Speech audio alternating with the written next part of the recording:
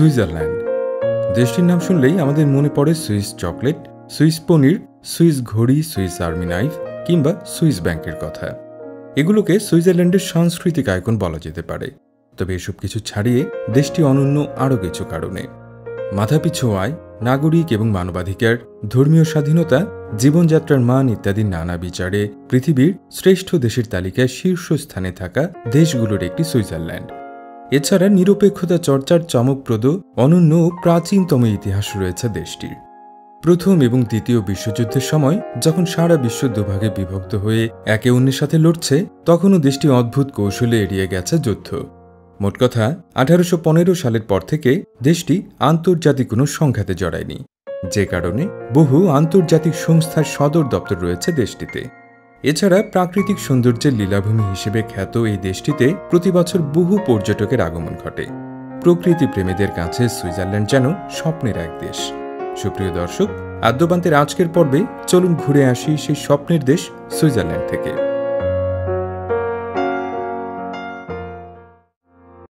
কোনো দেশ সম্পর্কে জানতে হলে সে দেশের ইতিহাস না জানলেই নয়। তাই চলুন শুরুতে সুইজারল্যান্ডের ইতিহাস সম্পর্কে খানিকটা ধারণা নিয়ে আসা যাক। সুইজারল্যান্ডে মানুষের পূর্বপুরুষদের বসবাসের সবচেয়ে পুরনো নজির 1,50,000 বছরের পুরনো। আর এখন পর্যন্ত দেশটিতে খুঁজে পাওয়া সবচেয়ে পুরনো চাষের জমির বয়সও খ্রিস্টের জন্মের 5,300 বছর আগের। 450 খ্রিস্টপূর্বাব্দে লৌহ যুগের শেষের দিকে সুইস মালভূমি অঞ্চলে গ্রিক এবং এট্রুস্কান সভ্যতা দ্বারা প্রভাবিত হলস্ট্যাট এবং লাটেন সংস্কৃতির বিকাশ ঘটে এখানে। একসময় এই অঞ্চল হেলভেশিয়াই এবং জার্মানিক নামের দুটি বড় গোত্রের নিয়ন্ত্রণে ছিল। 15 খ্রিস্টপূর্বাব্দে রোমান সাম্রাজ্যের অধীনে চলে যায় এই অঞ্চল। তবে 4th শতকের শেষের দিকে রোমানদের পরাজিত করে জার্মানিকরা এই অঞ্চলের একচ্ছত্র ক্ষমতা নেয়। 6ষ্ঠ শতকে ফ্রাঙ্কিশ সাম্রাজ্যের অধীনে চলে যায় এই অঞ্চল। 843 সালে ভার্দুন চুক্তির ফলে বর্তমান সুইজারল্যান্ডের সীমানা দ্বিধাবিভক্ত হয়ে পড়ে। তবে 1000 খ্রিস্টাব্দে হলি রোমান সাম্রাজ্যের অধীনে ফের এক হয় দেশটি। 1353 খ্রিস্টাব্দে এখানকার 5টি প্রদেশের সাথে বার্ন ও জুরিখের মতো 3টি শহর রাষ্ট্র এক হয়ে গঠিত হয় ওল্ড সুইস কনফেডারেসি। 1499 খ্রিস্টাব্দে সোয়াবিয়ার যুদ্ধে রোমানদের পরাজিত করে স্বাধীনতা পাকাপোক্ত করে এই সুইস কনফেডারেসি।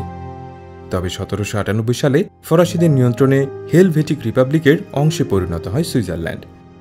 এবছরই রাশিয়া এবং অস্ট্রিয়া আক্রমণ করে দেশটিতে। তাদের বিরুদ্ধে যুদ্ধে সুইসদের সমর্থন পেতে ব্যর্থ হয়ে 1803 সালে সম্রাট নেপোলিয়ন এক চুক্তির মাধ্যমে সুইজারল্যান্ডের স্বায়ত্তশাসন ফিরিয়ে দিতে সম্মত হন এবং 1815 সালে ভিয়েনা কংগ্রেসে সুইজারল্যান্ডের স্বাধীনতা পুনঃপ্রতিষ্ঠিত হয়। বর্তমানে 26টি ক্যান্টন বা প্রদেশ নিয়ে সুইজারল্যান্ড একটি ফেডারেল রিপাবলিক এবং চর্চা হয় পিওর ডেমোক্রেসির। জোড়া পর্বতমালা, মালভূমি এবং আল্পস পর্বতমালা এই 3 প্রধান ভৌগোলিক অঞ্চলে বিভক্ত উঁচু পাহাড়ে ঘেরা ছোট্ট কিন্তু অভিজাত এই দেশটির অবস্থান ইউরোপের ঠিক মাঝখানে। সুইজারল্যান্ড একটি স্থলবেষ্টিত দেশ, অর্থাৎ এর সীমানায় কোনো সমুদ্র নেই। দেশটির পশ্চিমে ফ্রান্স, উত্তরে জার্মানি, দক্ষিণে ইতালি এবং পূবে 2টি দেশ অস্ট্রিয়া ও লিখটেনস্টাইন। অবিশ্বাস্য মনে হলেও সুইজারল্যান্ডের কোনো রাজধানী নেই। সাংবিধানিক বা আইনগতভাবে রাজধানী না থাকলেও বার্ন শহরকে ফেডারেল সিটি বা অঘোষিত রাজধানী বলা হয়। সুইজারল্যান্ডের আয়তন 15,940 বর্গ মাইল বা 41,285 বর্গ কিলোমিটার। 2019 সালের হিসেবে দেশটির জনসংখ্যা প্রায় 86 লাখ, যাদের বেশিরভাগেরই বাস মালভূমি অঞ্চলে। জুরিখ, জেনিভা এবং বাসেলের মতো বড় ও গুরুত্বপূর্ণ শহরগুলোর অবস্থানও তাই এসব অঞ্চলে। দেশটিতে প্রতি বর্গ কিলোমিটারে মাত্র 215 জন মানুষ বাস করে।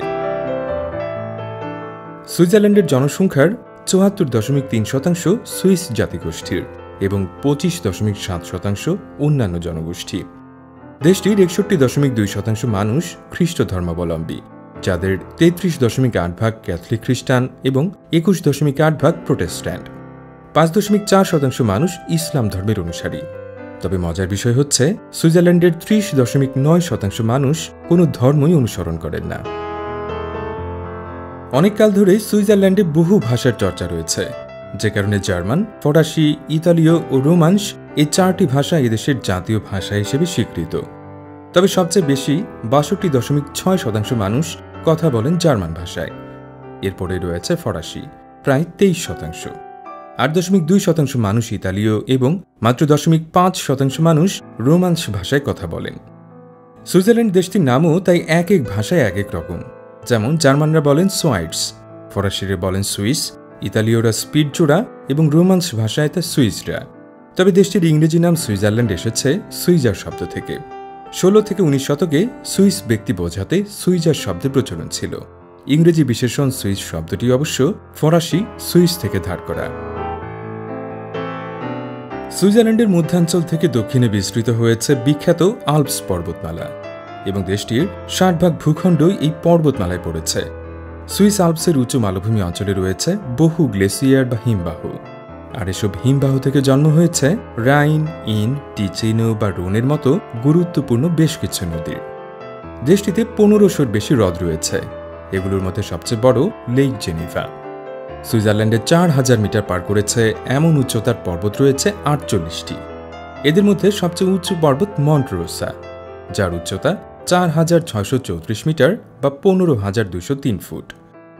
বিখ্যাত পর্বতগুলোর মধ্যে একটি হল ম্যাটারহর্ন। 4478 মিটার উঁচু এই পর্বতটি প্রকৃতি প্রেমীদের কাছে জনপ্রিয় এর পিরামিড আকৃতির কারণে।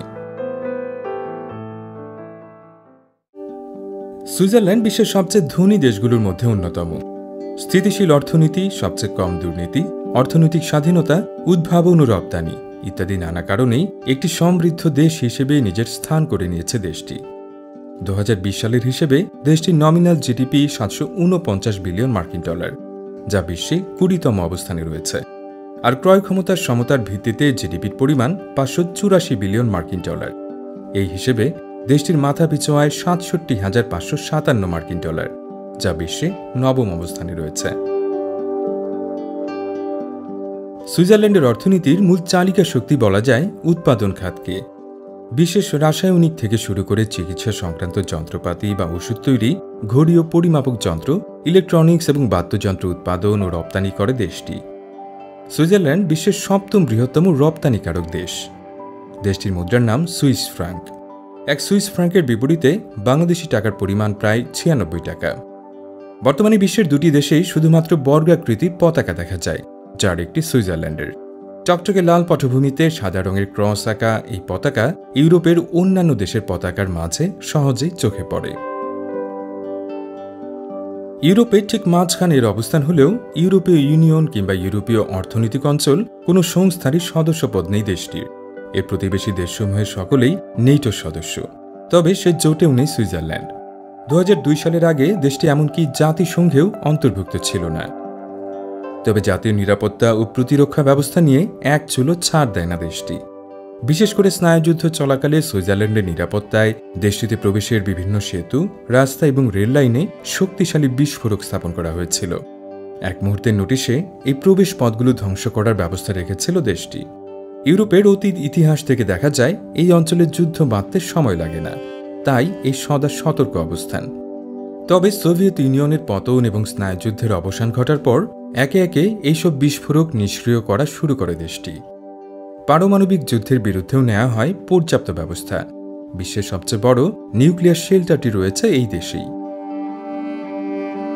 সুইজারল্যান্ডে 18 বছর বয়সী পুরুষদের সামরিক প্রশিক্ষণ বাধ্যতামূলক। নারীরাও চাইলে সামরিক প্রশিক্ষণ নিতে পারেন। স্থলবেষ্টিত দেশ হওয়ায় সুইজারল্যান্ডের কোনো নৌবাহিনী নেই। দেশটি সম্প্রতি সেনা সংখ্যা কমানো শুরু করেছে। 2022 সালের শেষ নাগাদ দেশটির সামরিক বাহিনীর কলেবর 1 লাখে নামিয়ে আনা হবে। সুইজারল্যান্ডের সংস্কৃতি গঠনে সবচেয়ে বেশি প্রভাব রয়েছে আল্পস পর্বতের। স্কিইং, স্নোবোর্ডিং এবং পর্বতারোহণ সুইজারল্যান্ডের জনপ্রিয় খেলা। আইস হকি কিংবা টেনিসও বেশ জনপ্রিয়। এছাড়া জনপ্রিয় আরেকটি ঐতিহ্যবাহী খেলা হচ্ছে স্কুইনগেন, যাকে প্রচলিত মুষ্টিযুদ্ধের সুইস সংস্করণও বলা যেতে পারে। আন্তর্জাতিক ফুটবলেও বেশ এগিয়েছে সুইজারল্যান্ড। ফিফার বর্তমান সভাপতি গিয়ানি ইনফান্তিনো জাতে সুইস ইতালিয়ান। বিগত সভাপতি সেপ ব্ল্যাটারও ছিলেন সুইস নাগরিক। অলিম্পিকের 2টি আসর হয়েছে দেশের মাটিতে। আলফর্নো ইয়োডেলিং সুইজারল্যান্ডের লোকজ সঙ্গীত। সুইজারল্যান্ডের যাতায়াত ব্যবস্থা আরামদায়ক এবং চমকপ্রদ। ইউরোপের মধ্যে সবচেয়ে উন্নত ট্রেন যোগাযোগ ব্যবস্থা রয়েছে সুইজারল্যান্ডে। পাহাড়ের বুক চিরে এগিয়ে যাওয়া উঁচু নিচু রেললাইন ঘিরে রয়েছে মনোমুগ্ধকর প্রাকৃতিক সৌন্দর্য। এই পথের আরেকটি আকর্ষণ গটার টানেল। এ পথে ভ্রমণ করা তাই যে কোনো পর্যটন প্রেমীর চরম আরাধ্য। তবে সুইজারল্যান্ডে জীবনযাত্রার খরচ অত্যধিক রকমের বেশি। আলপাইন অঞ্চলের অভিজাত জীবনযাপন পদ্ধতি, রাজনৈতিক ও অর্থনৈতিক স্থিরতা, উন্নত চিকিৎসা সেবা এবং জীবনযাত্রার উচ্চ মানের জন্য ব্যয়ের পরিমাণও অনেক বেশি। দেশটির মাত্র ৩৭% মানুষের নিজের বাড়ি রয়েছে, আর বাকি ৬৩% মানুষ বাস করেন ভাড়া বাড়িতে। অপরিচিতদের সম্ভাষণ করতে পছন্দ করে সুইসরা, একে তারা ভদ্রতাপূর্ণ আচরণ বলে মনে করে। সুইজারল্যান্ডে সময়ানুবর্তিতা খুবই গুরুত্বপূর্ণ। কোন অনুষ্ঠানে দেরি করে যাওয়া সেখানে সামাজিক শিষ্টাচারের লঙ্ঘন হিসেবে ধরা হয়। মজার ব্যাপার হচ্ছে, রবিবার দিনটি সুইজারল্যান্ডবাসীরা অন্যরকমভাবে পালন করেন। এদিন লন মোয়ারদের ঘাস কাটা, কাপড় শুকাতে দেয়া ইত্যাদির মতো যেসব কাজে আওয়াজ হয় সেসব কাজ করা বারণ। সুইজারল্যান্ডের ভূপ্রকৃতি বা সংস্কৃতি বরাবরই বিশ্বের পর্যটন প্রেমীদের আকর্ষণ করেছে, যে কারণে প্রতি বছর গড়ে ১ কোটির বেশি পর্যটক দেশটি ভ্রমণ করেন।